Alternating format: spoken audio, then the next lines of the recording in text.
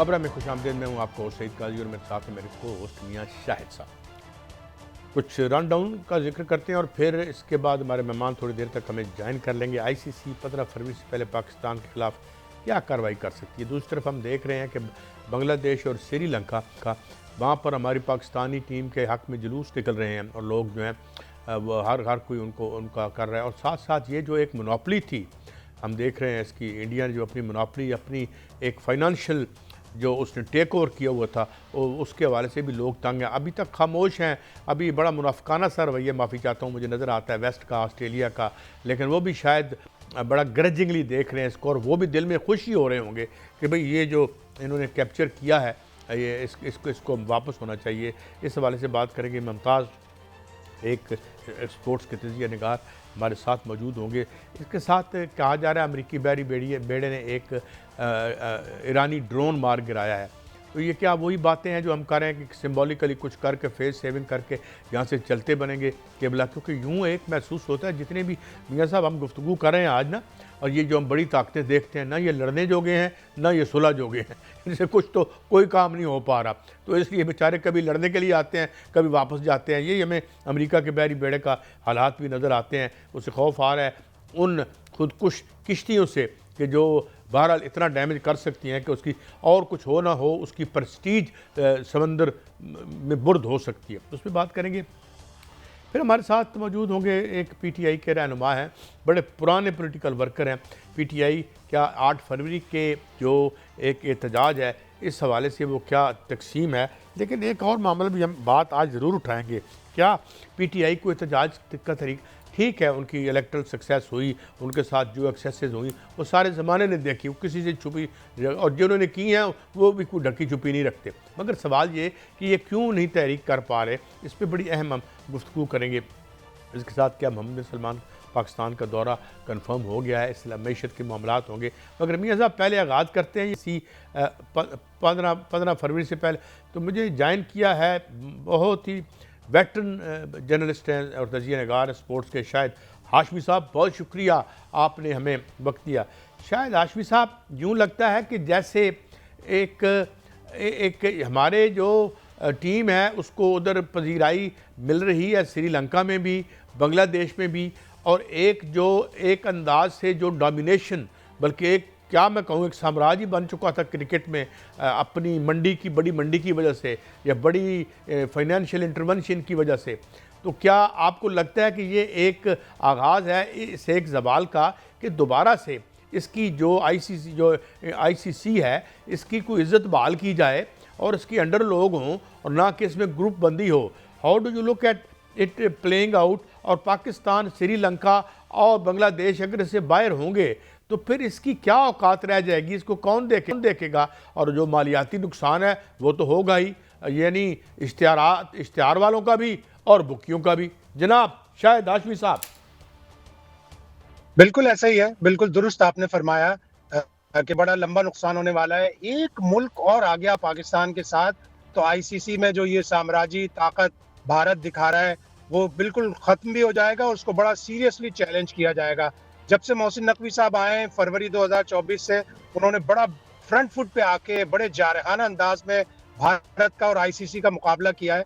और एक मुल्क, जैसे मैंने कहा कि पाकिस्तान और बांग्लादेश तो साथ हैं, एक मुल्क और आ गया तो फिर बाकी मेंबर बोर्ड भी, जैसे इंग्लैंड है, ऑस्ट्रेलिया है, साउथ अफ्रीका है, न्यूजीलैंड है, उनको भी सोचना पड़ेगा कि आप किस तरह इंडिया की जो हीगेमनी है उसको ब्रेक करें और उसको ख़त्म करें। उनकी बालादस्ती, जो बेकार की बालादस्ती है, वो अपने पैसे की बुनियाद पर, अपनी ताकत की बुनियाद पर करते हैं।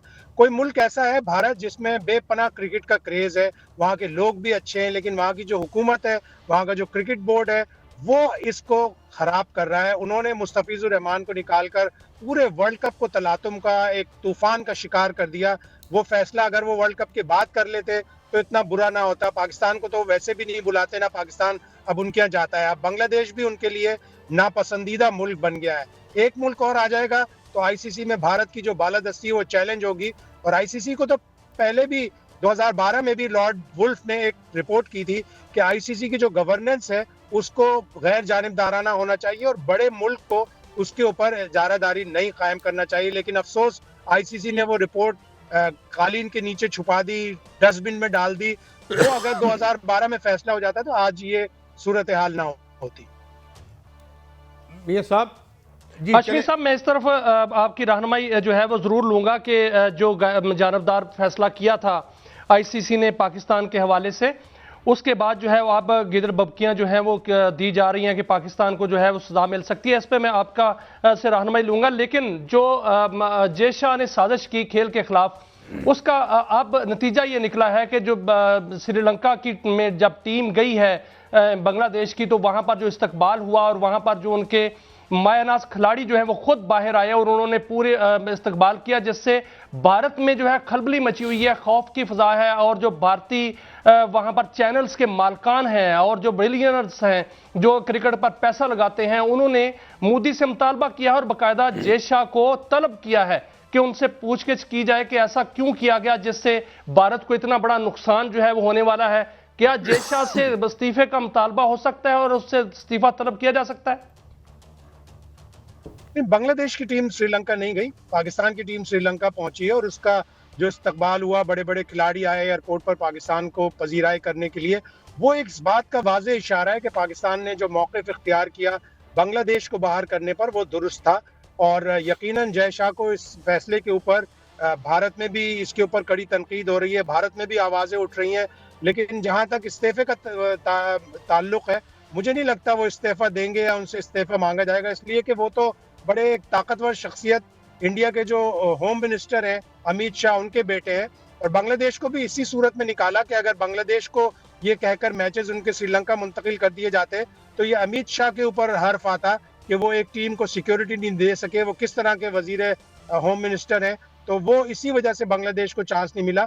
और अब आवाजें उठ रही हैं, उठेंगी कि आईसीसी को बड़े मुल्कों की इजारादारी से खत्म करना चाहिए और इसकी गवर्नेंस को ऐसे मुल्कों को देना चाहिए जिनका क्रिकेट से इतना ताल्लुक नहीं है, जो कि लॉर्ड वुल्फ ने 2012 में अपनी रिव्यू। लेकिन हाशमी साहब, जो लाडले हैं वजीर दाखिला के बेटे हैं जय शाह, उन्होंने तो बहुत बड़ा नुकसान करा दिया है। जब भारत ने पाकिस्तान से खेलने से इनकार किया था तो उस वक्त आईसीसी ने कहा था कि ये एक हुकूमत का फैसला है, आईसीसी के जो कवानीन है उसमें इसके दायरा इख्तियार में नहीं आते। अब जो पाकिस्तान की हुकूमत ने फैसला किया है तो इस पर जो गोदी मीडिया कह रहा है कि पाकिस्तान को सजा मिलेगी और उस पर पाबंदी लग सकती है। क्या ऐसा मुमकिन है, कोई कवानीन ऐसे हैं कि उसमें पाकिस्तान पर पाबंदी लग सकती है या सजा मिल सकती है?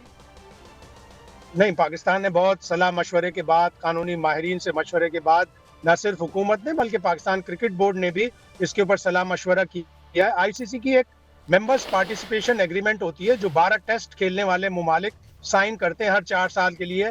उसकी एक क्लॉज है 5.7.1 कि उसके तहत हर मुल्क को हर मैच और हर इवेंट में खेलना जरूरी है। वो पाकिस्तान के खिलाफ जाती है, लेकिन उसी मेंबर्स एग्रीमेंट की एक क्लॉज है, क्लॉज नंबर 12। वो 12 नंबर क्लॉज ये कहती है कि अगर किसी भी मेंबर मुल्क की हुकूमत उन्हें मना करती है खेलने से तो फिर हमें एक्सेप्ट करना पड़ेगा और हमें मानना पड़ेगा। तो पाकिस्तान ने वही मौक़िफ़ इख्तियार किया कि हमारी हुकूमत हमें मना कर रही है, इसलिए हम नहीं खेलना चाह रहे। तो जाहिर है जब ये लीगल बैटल होगी, जब कानूनी कार्रवाई शुरू होगी, आईसीसी कोई भी फैसला लेता है पाकिस्तान उसे कबूल नहीं करेगा और फिर ये कानूनी जंग होगी। तो पाकिस्तान कानूनी तौर पर लीगल ग्राउंड्स पर बड़े स्ट्रॉन्ग प्लेटफॉर्म पे खड़ा है। बहुत शुक्रिया जनाब शाहिद अख्तर हाशमी साहब। आप लेकिन हाशमी साहब पाके तो जी जी जी जी बात मुकम्मल करें जल्दी से। जी जी बहुत शुक्रिया। जी जी शाहिद साहब, हम आपको दोबारा ज़हमत देंगे, मगर आपने मुख्तसर वक्त में हमें गाइड किया। और सबसे बड़ी बात तो ये है कि अब शायद और मेंबर बढ़ते चले जाएंगे। अब इंडिया के ख़िलाफ़ जो एक जो मुल्क तंग थे वो बजग आमद हो रहे हैं। ब्रेक है, ब्रेक के बाद आते हैं। अमरीकी बहरी बेड़े ने क्या ईरानी ड्रोन गिराया, वो ड्रोन क्या कर रहा था, ड्रोन अपना काम मुकम्मल कर चुका था, सिंबॉलिक है नहीं है, क्या मामला है, एक ब्रेक के बाद।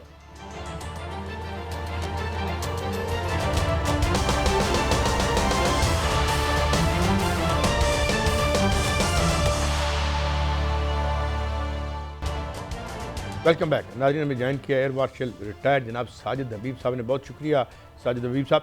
साजिद हबीब साहब, एक छोटा सा वाक़या रिपोर्ट हो रहा है। कोई एक ईरानी ड्रोन गिराने की अमेरिकी बहरी बेड़े ने जो है, वो मुझे याद आ जाती है कोई बात, किसी ने जोशमली आबादी के हवाले से कहा था कि वो हाथी लेके जाते हैं तो मक्खी मार के ले आते हैं। तो एक मक्खी तो मार ही ली इन्होंने। खैर से ये क्या है, कुछ सिंबॉलिक इवेंट है या वो अपना ये कोई ईरानी ड्रोन जो उन्होंने मार गिराया है, वो ये ड्रोन वहाँ पे क्या कर रहा था, सर्वेलेंस पे था, how far away it was, कोई ऐसी रिपोर्ट है आपके पास, और कितना सिग्निफिकेंट है, इससे क्या चीज़ें एस्केलेट होंगी या this is part of the face saving process? पहली बात तो ये कि जो मक्खी है वो हाथी के आसपास तकरीबन पहुंच गई जहां पे उसको थोड़ी उसकी चुभन हुई है। ये इस तरह की चीज़ें टेस्टर्स होती हैं जस्ट टू सी, और डेफिनेटली ये सर्वेलेंस वाला एक स्मॉल ड्रोन था जिसका इतना कोई, जिसको कहते हैं कि वैल्यू नहीं थी। उसके अंदर एक छोटा सा कैमरा होता है, वो ट्रांसमिट करता है जो कुछ उसको नजर आ रहा होता है, और उससे एक हल्का सा आइडिया, इतना ज़्यादा तो नहीं, हल्का सा आइडिया होता है कि रिएक्शन क्या होगा दूसरी साइड का। तो इससे ज़्यादा आई थिंक इसकी कोई वैल्यू नहीं थी। लेकिन देखिए कि बहरहाल एक छोटे से ड्रोन को गिराने के लिए, जो कि आर्म्ड नहीं था, जो कामाकाजी नहीं था, जो ऑफेंसिव नहीं था, उसके लिए उनको J-35 उड़ाने पड़े, F-35 उड़ाने पड़े अपने कैरियर से, और उससे उसको शूट डाउन किया। तो आई थिंक इसमें कोई ऐसी खास बात नहीं है। अच्छा, तो ये बताइए कि अब ये मैं थोड़ी देर पहले आज सोच रहा था, क्योंकि 4-5-1-2-3 हफ्तों से हम इसे कवर करें, मुझे लगता है ना ये जंग कर सकते हैं ना अमन इनके इख्तियार में है। बस ये कुछ अपने मसाइल जो हैं बैरी बेड़े दिखा के हल करवा लें तो करवा लें, जिस तरह इन्होंने वेनेजुएला के साथ किया। तो I don't think they mean business as far as the real और गर्म जंग इज़ कंसर्न। ये गर्म जंग तो देखिए इसलिए भी मुश्किल है कि दाएं बाएं इनके जो कोई डायरेक्ट अमेरिका को तो ईरान हिट नहीं कर सकता। दाएं बाएं सारे उनके जो है हलीफ बैठे हुए हैं, वो कतर है या वो दूसरे कंट्रीज है, तो वो तो इनके हलीफ हैं सारे बैठे हुए। तो मैं बिल्कुल एग्री करूंगा कि मेरे ख्याल में तो मेरा पहले से भी ये आइडिया था कि ये जंग वगैरह इतनी कोई नहीं होगी, कोर्स करेंगे कोई, जिस तरह का ट्रंप साहब ने माहिदा कैंसिल किया था 2018 में, आगे कुछ इस तरह का माहिदा करेंगे और फिर वो कहेंगे कि मैंने एक जंग और रुकवा दी है। तो उसके लिए फिर एक कोई नॉमिनेशन नोबेल प्राइज के लिए करनी पड़ेगी। जंग करना इतना आसान नहीं उनके लिए, क्योंकि आप जिसको प्रेशराइज कर रहे हैं उसके पास ऑप्शन कोई नहीं है कि वो अपने सारे जो उसके पास जितनी भी पावर है उसको आपके ऊपर नहीं फेंक सकता, तो आपके किसी बहुत प्यारे के ऊपर फेंक दे, जो कि इजराइल है। उसमें कोई ना कोई अरब मुल्क भी उसमें कतर उसके मेरे नज़दीक उसमें आ सकता है। लेकिन जंग का कोई इम्कान नहीं है मेरे ख्याल में। अभी देखें ना कि ट्रंप ने खुद ही कहना शुरू कर दिया था, जो मैंने कम अज कम खबर पढ़ी सबसे पहले वो ट्रंप का कहना था कि बातचीत हो रही है, हम ट्रैक टू डिप्लोमेसी की बात कर रहे हैं। और अब तो 6 तारीख को इंशाल्लाह ताला तुर्की में है, जिसमें पाकिस्तान को भी इन्वाइट किया गया है। ये बहुत बड़ी बात है। तो आई थिंक ये रिजॉल्व हो जाएगा। ईरान भी देखें ना, दोनों साइडों पे धमकियां भी दी हैं। ट्रंप ने कहा है कि अगर बातचीत कामयाब ना हुई तो बहुत बुरा कुछ होगा, और इधर इनके प्रेसिडेंट ने भी कहा है, और इराक़ी साहब ने भी कहा कि अगर हम पे हमला किया गया तो हम पूरी कुव्वत से जवाब देंगे। लेकिन आई थिंक इंशाल्लाह ये इस्तांबुल के कुछ, लेकिन एयर मार्शल साहब, जब हम ड्रोन की बात करते हैं, आपने भी फरमाया कि ड्रोन जो है उन्होंने मार गिराया है, कोई इतना बड़ा वो ड्रोन नहीं था। लेकिन ये खबर ये आ रही है कि ड्रोन ने अपने अहदाफ जो है वो मुकम्मल कर लिए थे। वो जो डाटा लेना था ईरान ने वो ले लिया, उन्होंने बाकायदा तौर पर जो हदफ था उसका वो मुकम्मल कर लिया। और ये भी खबर आ रही है कि शायद ईरान ने भी अमेरिका की कोई कश्ती जो है वो एक कब्जे में ली है। दूसरा जो मुज़ाकरात हैं वो तो वहाँ पर तुर्किया में जो होने थे उसका मुकाम तब्दील करके ओमान में जो है वो मुकाम रख लिया गया है। जब मुज़ाकरात होंगे सर, तो उसमें जो जौहरी मामलात हैं उस पर तो जो खबर आ रही है कि ईरान अमेरिका के साथ बराह रास्त मीटिंग करना चाहता है, उसमें वो शराकतदारों को शामिल नहीं करना चाहता। अगर वो उस पर मुज़ाकरात होते हैं, क्या वो मिसाइल प्रोग्राम से भी दस्तबरदार हो जाएगा? देखिए, जहां तक खबरें हैं, पहले तो मैं बात को आपको एग्री करूंगा, ये जो ड्रोन होते हैं रिकॉन्नेसेंस वाले तो लाइव ट्रांसमिट कर रहे होते हैं, और डाटा लिंक से वो पीछे डाटा पूरा रिकॉर्ड हो रहा था। तो जब वो गिर गया, जितना उसने देखा था, जो कुछ उसने सिग्नेचर पिकअप किया, विजुअली पिक किया, इलेक्ट्रॉनिक सिग्नेचर पिक किया, वो तो ट्रांसमिट हो गया, वो उनको पता चल गया वो क्या है। सो दैट इज वो आपका पॉइंट बिल्कुल ठीक है। ये इन्होंने जो स्पॉट चेंज किया है और डायरेक्ट बात करना चाहते हैं, आई थिंक जो न्यूक्लियर पार्ट है वो तो उनकी डायरेक्ट बात होगी। देखिए, तुर्की, सऊदी अरब, पाकिस्तान इनकी था जो बैक टू डिप्लोमेसी में पहले भी शामिल थे। पाकिस्तान इसमें डेफिनेटली इन्वॉल्व था, तुर्की कर रहा था, सऊदी अरब भी कर रहा था। लेकिन पाकिस्तान था जिसकी वजह से इसको इनवाइट किया गया, और जिसकी थोड़ी सी इंडिया में उनको जलन वलन उसकी काफ़ी हो रही है, बरनौल चाहिए उनको भिजवानी। ये जो डाइट मेरे ख्याल में होगी। दूसरी चीज़ आप देखिए कि मिसाइल प्रोग्राम के ऊपर कोई इतना ज़्यादा इंसिस्ट नहीं किया ट्रंप ने। शुरू में किया था, 3 चीज़ें थी, इसको ख़त्म करना न्यूक्लियर को, और जो है मिसाइल प्रोग्राम को इसको करना, लेकिन उसमें अब मिसाइल की बात नहीं है। आई थिंक बेसिक वही होगा कि अब उनका जो न्यूक्लियर है उसको कैप कर दें, जिसके ऊपर शायद ईरान ने भी रजामंदी का इजहार किया है। अच्छा, ईरान ने रजामंदी का इजहार किया। अच्छा, ये बताइए हजूर कि अब आप ये जो कोई कल भी हमने इस पर बात की थी कि ये चाइना की मशक़ें शुरू होना या इसमें रूस के जहाज़ आना, और ये मुझे जो हमें एयर मार्शल अरशद महमूद साहब हमारे साथ थे तो उन्होंने भी इसको कुछ ज़्यादा सिग्निफिकेंस नहीं दी। But do you think it is also kind of a posturing or kind of a tacit message to United States के बस इससे आगे ये हमारे मफादात में आप आगे ना बढ़े? देखिए, मैं तो बिल्कुल एग्री करता हूं कि ये एक टेस्टेड मैसेज है कि भाई you are not the only one, हमारे भी इंटरेस्ट है यहाँ पे। और देखा, प्रॉपर एक्सरसाइज की है, नेवल एक्सरसाइज की है ईरान ने और रूस ने और चाइना ने। और कल आपने वो न्यूज़ में देखा होगा कि प्यूटन की और चाइनीज प्रेसिडेंट की इन्होंने वीडियो जो अपनी कॉल की है उसमें बात की है, उन्होंने अपना जो इसको ग्रुप को बढ़ाने की, अपने इस जो इंटरेक्शन को ज्यादा वसी लेवल के ऊपर करने की बात की है। तो ये बिला वजह क्यों जाएंगे चीनी जहाज और रूसी जहाज स्ट्रेट ऑफ हॉर्मज के पास जाके एक्सरसाइज करने में, वो भी ईरान के साथ जिसको अमेरिका थ्रेट कर रहा है। तो ये यही तरीका होता है, और ये एक सटल मैसेज है, एक टैसिट बल्कि मार्शल साहब, हम इसकी बात कर रहे थे, ड्रोन की बात कर रहे थे कि ड्रोन वहां पर जो है वो गया, अपने अहदाफ जो है मुकम्मल कर लिए। जी सर, इंडियन मीडिया एक खबर दे रहा है, इंडियन मीडिया ये खबर दे रहा है कि जो ड्रोन वहां पर गया और दीगर जो ईरान ने अपनी टेक्नोलॉजी वहां पर भेजी है, इससे F-35 को भी नुकसान पहुंचा है। खबर दुरुस्त है गलत है? इंडियन मीडिया की तरफ जो है वो इससे भी ये खबर आ रही है। दूसरी वो ये भी खबर दे रहा है कि चाइना ने पाकिस्तान को F-35 तो दिए हैं, J-35 सॉरी, वो तो दिए हैं, लेकिन उनके साथ PL-17 मिसाइल भी दे दिए हैं जिनकी रेंज 500 किलोमीटर जो है उस तक है, जो फजा से फजा में मार करते हैं। ये कहां तक दुरुस्त है सर? दूसरा ये भी खबर आ रही है कि हो सकता है कि भारत अपने इन दिनों में जब वहां पर जो है वो वर्ल्ड कप हो रहा है और भारत को बड़ी सुबकी का भी सामना है, को फॉल्स फ्लैग ऑपरेशन करके पाकिस्तान पर मुद्दा डाले। भारत से तो हम कभी भी कुछ एक्सपेक्ट कर सकते हैं, इसलिए हम उसकी तरफ से बिल्कुल तैयार हैं, होशियार हैं, और हम किसी भी ऐसी चीज़ को बड़ी सख्ती से निपटेंगे, जिस तरह हमने उस मार्का हक में किया था, बुनियादी मखसूस में किया था। जो आपने F-35 की बात की, देखिए आज कल इट्स कम्प्लीटली हर चीज़ का इलेक्ट्रॉनिक या IR सिग्नेचर है। तो जब उन चीज़ों को ट्रैक करने के लिए एक ड्रोन जो है उसके सिस्टम देख रहे हैं, तो F-35 ने अगर उसको रेडार लॉक किया होगा तो वो सारी इंफॉर्मेशन यहाँ से पिक करके ट्रांसमिट होगी। उसने कोई मिसाइल फायर किया है तो उसका भी सिग्नेचर और वो चीज़ें पीछे ट्रांसमिट हो गई। यस, बिल्कुल, क्योंकि आजकल ये कोई मैनुअल चीज़ें नहीं है, गन्स नहीं है कि जिनका कोई सिग्नेचर नहीं होता। इनका इलेक्ट्रॉनिक फुटप्रिंट होता है, इलेक्ट्रॉनिक सिग्नेचर होता है, इनका IR सिग्नेचर होता है, और ये चीज़ें बिल्कुल जो है मेरा ख्याल है सिर्फ ईरान को नहीं, उसके दोस्तों को भी पहुंच जाएंगी और पहुंची होगी, क्योंकि उनसे गाइडेंस लेनी उसने। तो बाकी ये कि जो आपने बात की है भारत के फॉल्स फ्लैग ऑपरेशन की, भारत बिल्कुल इस तरह की हरकत कर सकता है, लेकिन शायद ये मैच के दोनों में थोड़ा परहेज करे, क्योंकि इसमें मोहसिन नकवी साहब ने छक्का तो अच्छा लगाया उनके ऊपर, लेकिन आई थिंक शायद ग्लोबल एक और सुक्की से बचने के लिए शायद इस वक्त वो ना करें। बहुत शुक्रिया जनाब एयर मार्शल साजिद रहीम साहब, हमें गाइड कर रहे थे।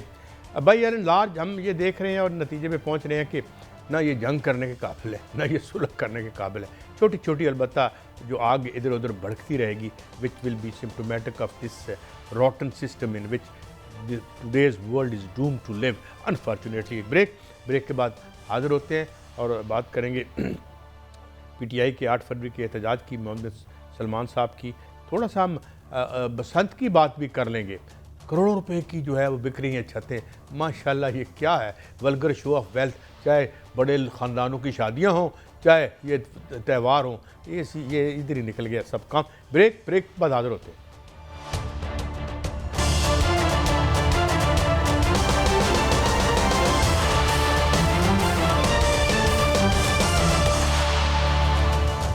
वेलकम बैक नाज़रीन। इस सेगमेंट में हम PTI के 8 फरवरी के मुजवज़ा एहतजाज की बात करेंगे। इस हवाले से बड़ी फ़ौरन अगेंस्ट बातें हो रही हैं। इसी तारीख़ को बसंत भी है और इस दिन इतवार भी है, मगर आज जिस शख्सियत ने हमें ज्वाइन किया वो किसी तारफ़ के मुताज नहीं। चौधरी गुलाम अब्बास एक बड़ी तवील स्ट्रगल है इनकी, और कुछ और ऐसी बातें भी आज मैं शेयर करूँगा जो मैंने पहले कभी इनके हवाले से शेयर नहीं की। मगर बात यह है चौधरी गुलाम अब्बास साहब, थैंक यू वेरी मच। एक तो मैं आज बात आपसे ज़रा खुल के करना चाहता हूँ। ये मुझ जैसे जो चाइना के है ना एंकर हैं, मेड टू ऑर्डर किस्म के, या एक ही बात कर रहे हैं जी अब दुनिया में तहरीक नहीं बन सकती, मेहनत कशों की तहरीक नहीं बनेगी। मुझे याद है मैंने आपको फ़ोन किया था सन कारसाज में, आप ट्रक में बेनज़ीर भुट्टो साहिबा के साथ खड़े थे और आपने मेरा फ़ोन अटेंड किया था। और बात यह है कि आपने मुझे ये एक बात बताई थी कि यार जितने 200-250 लोग वहाँ मेहनत कश मरे हैं, किसी एक ने भी बंद जूती नहीं पहनी हुई थी। ये सारे कहते ने कि यहाँ सिर्फ मलिक रियाज साहब की तहरीक चल सकती है। तो क्या अब मेहनत कशों को तमाम पार्टियों ने खुदा हाफिज कह दिया है कि जनाब हमने तहरीक नहीं चलानी है तो मेरे वोट गिन लो, मैनू MNA बना दो, कौन बनेगा करोड़पति, कौन बनेगा वज़ीर आज़म? ये रहेगी कहानी। कारी साहब, आपने बड़ी अहम बात की है। दुनिया की कोई तहरीक लोगों की ज़रूरतों के बगैर नहीं चलती। कोई ऐसी तहरीक नहीं है जो लोगों के दुख और दर्द का मुदावा लेकर ना निकले। लोग इसलिए सड़कों पे नहीं आती कि किसी को वज़ीर आज़म बना दिया जाए, किसी को गवर्नर बना दिया जाए, किसी को वज़ीर बना दिया जाए। यही वजह है आपको जो तहरीक में जो कमी नज़र आ रही है ना, उस यही सबसे बड़ी कमी है। वो कहते हैं ठीक है यार, वज़ीर आज़म तो किसी ने बनना है, हाँ MNA किसी ने बनना है, मैं क्यों मार खाऊँ? मेरा फ़र्ज़ है वोट देना, वो मैं दे दूँगा, मरेगा क्यों? मरते लोग इसलिए जब उनके आप पेट की बात करें, उनकी इज़्ज़त की बात करें, उनके एहतराम की बात करें, उनकी तालीम की बात करें, उनके इलाज की बात करें, उनके लिए इंसाफ की बात करें, तो वो तो आप आइन को भी उस हद तक मानते हैं जिस हद तक वो प्रिविलेज क्लास के लिए आइन चलता है। आप वर्किंग क्लास का आइन के ऊपर बड़ा वाज़ेह है कि रोटी कपड़ा और मकान की जिम्मेदारी, तालीम और रिहाइश की जिम्मेदारी। अच्छा, आप ये बताएं कि ये जो अब तहरीक रोकने की बात हो रही है, ये कहा जा रहा है जी हम मुलाकात करवाएंगे खान साहब से, 8 तारीख के बाद करवाएंगे, कुछ पहले मुलाकातें हो चुकी हैं, उनका इलाज भी करवाया है, तो क्या आपकी पार्टी तहरीकें मुलाकातों की मोहताज नहीं होती? तहरीकें अपनी ज़रूरतों की मोहताज होती, मुलाकातों की मोहताज नहीं होती। आपका क्या ख्याल है, जितनी भी दुनिया में तहरीकें चली हैं वो लीडर? लेकिन चौधरी साहब, इसका मतलब है कि 8 फरवरी को कोई तहरीक नहीं चल रही, क्योंकि मैं आपके सामने खबर रखता हूं कि जो सुहेल अफरीदी साहब की PM से मुलाकात हुई उसमें भी जो है वो बानी PTI के हवाले से कोई बात नहीं हुई। वो कहते हैं इस पर भी गमो गुस्सा पाया जा रहा है पार्टी के अंदर, और ये भी वहां पर जो खबर सामने आई है और ज़राए दावा कर रहे हैं कि मोहसिन नकवी साहब भी वहां पर मौजूद थे, और वहां पर जब बात की गई मुलाकातों के हवाले से तो मोहसिन नकवी साहब से हुई। उन्होंने कहा कि आपकी मुलाकातें ज़रूर करवाएंगे, लेकिन 8 फरवरी का रवैया जो है वो देखना पड़ेगा। तो उस पर जो है वो कुछ कंप्रोमाइज़ हो गया है कि 8 फरवरी ऐसे ही गुजरेगा। और इस हवाले से 2 MNA और 1 सूबाई वजीर हैं, उनकी भी मुलाकात पहले हुई थी, और इसको सुहेल अफरीदी साहब को गंडापुर साहब का पार्ट 2 कहा जाने लगा है, और पार्टी के अंदर भी बड़ी जो है वो तकसीम है। तो तहरीक तो 8 फरवरी को जो है वो आपको नज़र आ रही है? सर मेरी बात सुने, पार्टी के अंदर तो कोई तकसीम नहीं है। पार्टी का तमाम वोटर जो है वो मुत्तहिद है। असल में इन लोगों को एक बात की समझ नहीं आ रही कि इस मुल्क में तहरीक जो है, जो कह रहे हैं कि तहरीक नहीं चल रही, इन्हें ये सोचना चाहिए कि ये इनके ख़िलाफ़ नफ़रत का उरूज है। ये इमरान खान की मोहब्बत भी है, मगर उससे कहीं गुना ज़्यादा इनकी अपनी नाकामियाँ हैं, इनका अपना जुल्म है, जबर है। ये लोगों को ये मुकम्मल तौर पर ब्लैकआउट है, लोगों को समझ ही नहीं आ रही ये। और यही हालात जो है आज मुझे तो फ़िक्र पाकिस्तान की सॉवरेनिटी का है। अब इनको सोचना चाहिए। ये कहते हैं खुद का हमला, ये हमलावर, ये दहशतगर्दी, सबसे बड़ी दहशतगर्दी तो इन्होंने पाकिस्तान के आइन के ऊपर की है, कॉन्स्टिट्यूशन के ऊपर दहशतगर्दी इन्होंने की है। इन्होंने 8 फरवरी के इंतखाबात के ऊपर खुद का हमला किया है। पहिया जाम करना था, 8 फरवरी को निकलना था, KPK बंद करना था, वो तो लाहौर में बसंत मनाने जा रहे हैं। मेरी बात सुने, आप बसंत में देखेंगे जा रही हैं, आप वहां पर 8 फरवरी को बसंत मनाएंगे या एहतजाज होगा? आप देखेंगे बसंत जो है वो पूरी की पूरी जमहूरियत की बहाली में तब्दील हो जाएगी। पूरा आसमान कैदी नंबर 804 होगा। पूरे आसमान पे, पूरे लाहौर के ऊपर, तमाम छतों के ऊपर एक ही नारा गूंज रहा होगा जमहूरियत के लिए, आज़ादी के लिए, इमरान खान की रिहाई के लिए, सियासी कैदियों की रिहाई के लिए, यहाँ पर यही नारे चलेंगे। आप देखेंगे ये बसंत इनके गले पड़ेगी। इन्होंने अपनी तरफ से कहा है कि ये बसंत, ये सरमायादारों का जो इन्होंने खेल खिलवाड़ इन्होंने शुरू किया है ना, ये बड़े बड़े लोगों के बड़े बड़े खेल उन्होंने शुरू किए हैं। लाहौर में इन्होंने जो रास्ता दिया है यही तहरीक का रास्ता होगा। यही 8 तारीख को आपको तहरीक नज़र आएगी। लाहौर के हर छत के ऊपर नारे लग रहे होंगे, किधर किधर पुलिस भागेगी, किधर किधर छापे लगाएंगे, किधर किधर आंसू गैस चलाएंगे, किधर किधर लाठीचार्ज करेंगे, छतों के ऊपर करेंगे जाके। मैं चौधरी साहब जरा लाइटर वेन, ये छतें भी तो बड़ी महंगी होगी। गुड्डे, सुना है गुड्डा जिसे हम पंजाबी में कहते हैं या पतंग कहते हैं, यानी चौधरी साहब जो पीटीआई है वो बसंत मनाएगी और एहतजाज करेगी, बसंत तो मनाएगी और साथ साथ एहतजाज भी करेगी। ओ मेरी बात सुने, ये आदमी अपने रास्ते निकाल लेते हैं। कभी दरिया भी रुके हैं, कभी सैलाब भी रुके हैं, कभी सूरज का तुलू होता, कभी सूरज रुका है, कभी कोई किरणें सूरज की रोक सकता है। तुलू होता हुआ सूरज है, जमहूरियत तुलू हो रही है, फाशिज्म खत्म हो रहा है, अवाम के हकूक़ के जद्दोजहद आगे बढ़ रही है। कितना रोकेंगे? कभी सैलाब रुके हैं, कभी समंदर रुके हैं, साहब खबरें तो कभी कुछ दरिया ऐसी भी रुके हैं, हैं। कह रहे हैं कि जमहूरियत तुलू हो रही है, लेकिन खबरें ये हैं कि बानी पीटीआई जो है, ये खबर आम है कि बानी पीटीआई बाहर जाना चाहते हैं। वो कहते हैं यूरोप भेज दें, हुकूमत कहती है मिडिल ईस्ट भेज देते हैं। फिर तुर्की की भी बात हो रही है कि तुर्की के सदर कहते हैं मेरे पास मेहमान बना दो। चल रही है, तो कहाँ से जमहूरियत तुलू होनी है? मेरी बात सुने, तुर्की के वजीर आज़म जो हैं उन्होंने यकीनी तौर पे इमरान खान साहब से कहा था कि आप आ जाएं, तुरक आ जाएं, मगर इमरान खान तो नहीं गया। ये ख्वाहिशात हैं हुक्मरानों की कि वो मुल्क छोड़ के चला जाए, ये ख्वाहिशात है उनकी। मगर एक बात मैं आपको बता दूं, ये प्रिंसिपल डिसीजन है इस मुल्क के अवाम का, डिसीजन है, उनका फैसला है कि अब ये तहरीक नहीं रुकेगी। अब इनको मुनसिफाना इंतखाबात कराने पड़ेंगे। अब पाकिस्तान का आइन अपनी असली शक्ल में बहाल होना पड़ेगा। ये कितना जबर करेंगे, ये कितना जुल्म करेंगे, ये कितना मुझे साहब ये मुझे बताएं ना, आप कितनी करोड़ का छत आप कहाँ से आपका वर्कर खरीदेगा? आप भी इशराफिया की और माल वालों की पार्टी है। गुड्डा 1200 का गुड्डा कहाँ से लेंगे आप? मसला ये है कि ये जो ऊपर छत तो एक सरमायादार खरीदेगा, तो जो उसके साथ 200 बंदा चढ़ा होगा छतों के ऊपर, ये सिर्फ उनकी गरीबों की अपनी छतें भी तो है ना, लोगों की अपनी छतें भी तो है ना। ये सारा लाहौर लोअर मिडिल क्लास सारे लाहौर की करो साढ़ा बस चले सी वो भी खोल। आप देख लें, ये छतें अवाम के कब्जे में चली जाएंगी। अच्छा। ये परेशान हो जाएंगे। अच्छा। इन्होंने लोगों को सॉफ्ट ग्राउंड मुहैया कर दिया तहरीक के लिए। मैं कहूँगा सारे पीटीआई के वर्कर को, जमहूरियत पसंद। लेकिन यहाँ तो ये हो गया ना, एक पार्टी के वर्कर हैं, उन्हीं को सुना गुड्डे मिल रहे हैं, वही चलाए जाएंगे। नहीं वो कर, मेरी बात सुने, ये इनके लिए इतनी बड़ी मुसीबत बनेगी ना 8 तारीख को, आप सोच भी नहीं सकते कितनी बड़ी मुसीबत बनेगी इनके लिए। ये 7 तारीख को, ये पहले तो लोग सड़कों पे आते थे ना, बुलाते थे ना सड़क पे आ जाओ, तो आए।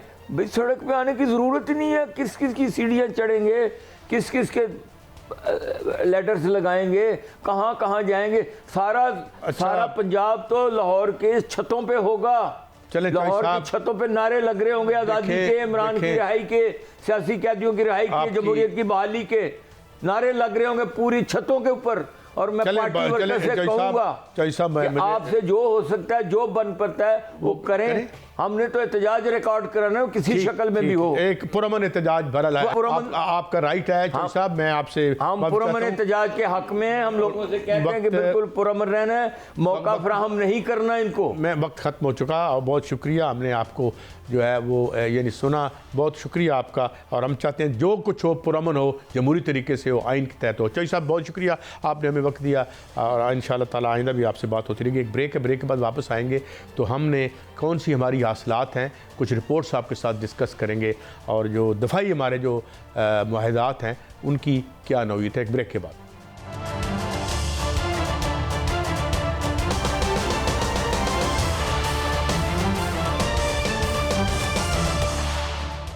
वेलकम बैक जी। मियाँ साहब, कुछ आपके पास रिपोर्ट्स हैं, एक तो कोई दफ़ाई हमारे जो थे, कुछ और रिपोर्ट्स हैं कोई आई हैं, क्या है आपके पास?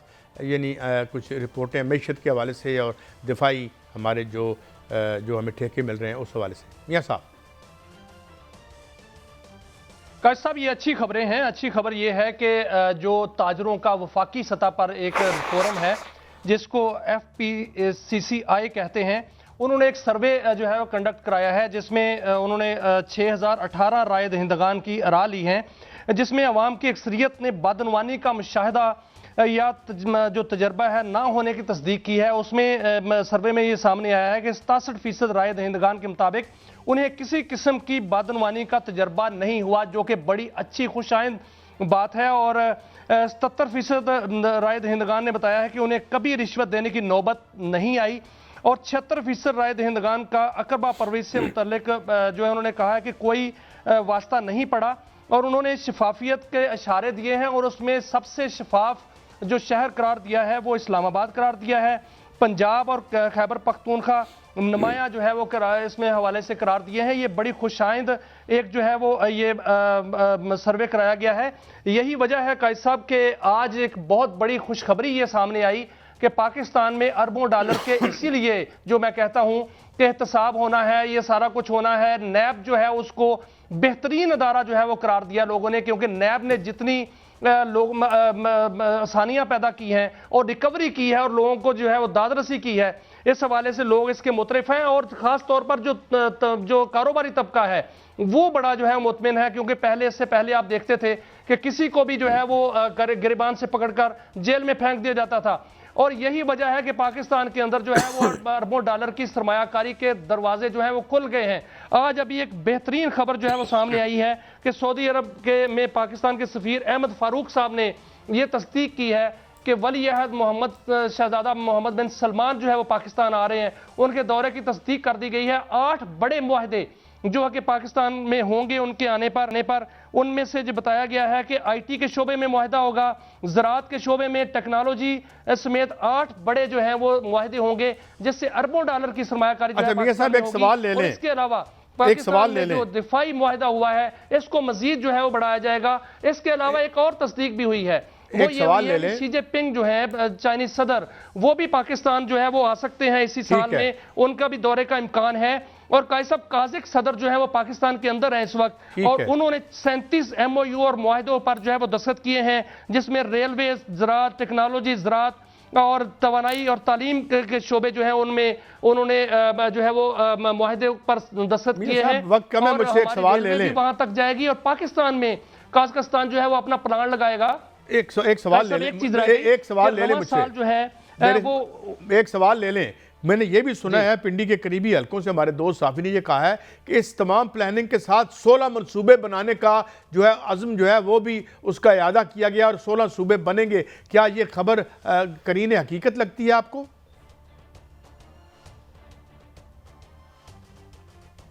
देखें साहब, जो इस वक्त मैं यही बात कर रहा था, जो हमारी दिफाई इंडस्ट्री है वो इस कदर जो है फल फूल रही है कि यहाँ पर 17 मुल्क जो हैं वो पाकिस्तान का दौरा कर चुके हैं। और कल आपने देखा कि पाकिस्तान के अंदर लीबिया के जो वज़ीर आज़म थे वो भी थे, फील्ड मार्शल भी थे, और जो अज़रबैजान के नेवल चीफ भी थे, और दीगर ममालिक जो है वो पाकिस्तान से JF थंडर जो है वो खरीदने की ख्वाहिशमंद है, और बहुत से सौदे जो हैं वो मैच्योर भी हो चुके हैं। और इस हवाले से मुख्तलिफ फिगर्स जो हैं वो आ रहे हैं। कई किसी जगह पर जो है ये बताया जा रहा है कि 40 अरब डॉलर के जो है मुआहदे होने जा रहे हैं, और इससे ज़्यादा भी होने जा रहे हैं। और ये भी खबर आ रही है कि आइंदा आगे इससे डेवलपमेंट इस तरह होगी कि जो J35 है वो भी पाकिस्तान के अंदर जो है वो संबल होगा, पाकिस्तान में बनेगा। और PL-17 जो है जिसकी रेंज 500 किलोमीटर तक बताई जाती है, वो मिसाइल भी पाकिस्तान के अंदर ही शायद जो है वो बने। इस हवाले से भी डेवलपमेंट जो है वो सामने आ रही है।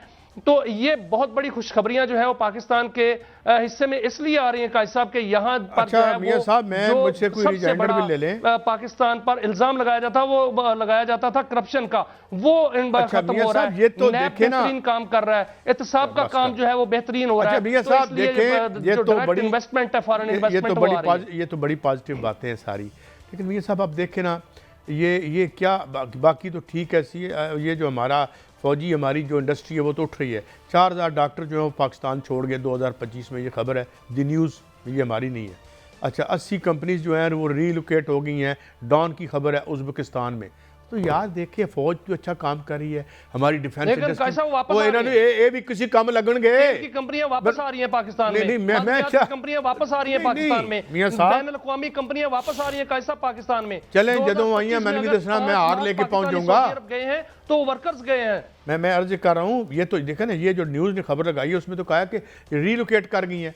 ये बिजली की कीमतें नीचे नहीं करेंगे, ये अपने आप को उस तरह डिसिप्लिन नहीं करेंगे जिस तरीके से हमारी आर्मामेंट की इंडस्ट्री ने किया है, जिसने उसको कंपेटिटिव क्यों बिक रहा है हमारा सामान, इसलिए बिक रहा है। मियां साहब सुनिएगा, सुनिएगा मियां साहब, सुनिएगा मेरी बात। वो इसलिए बिक रहा है कि एक बहुत इफेक्टिव है हमारा असला और एक बहुत सस्ता है, यानी इफेक्टिविटी में दुनिया के टॉप असले के मुकाबले में है।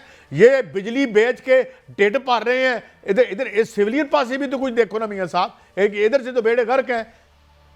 अब आप पेट्रोल पे अपने इतना टैक्स लगाया हुआ है। यही तो खुशखबरी है कि तो मियां साहब ये बिजली भी कीमतें कम हो रही हैं। चले, मुझे इजाजत दें, दोबारा रिशेड्यूल मुझे इजाजत दें क्योंकि खत्म हो चुका।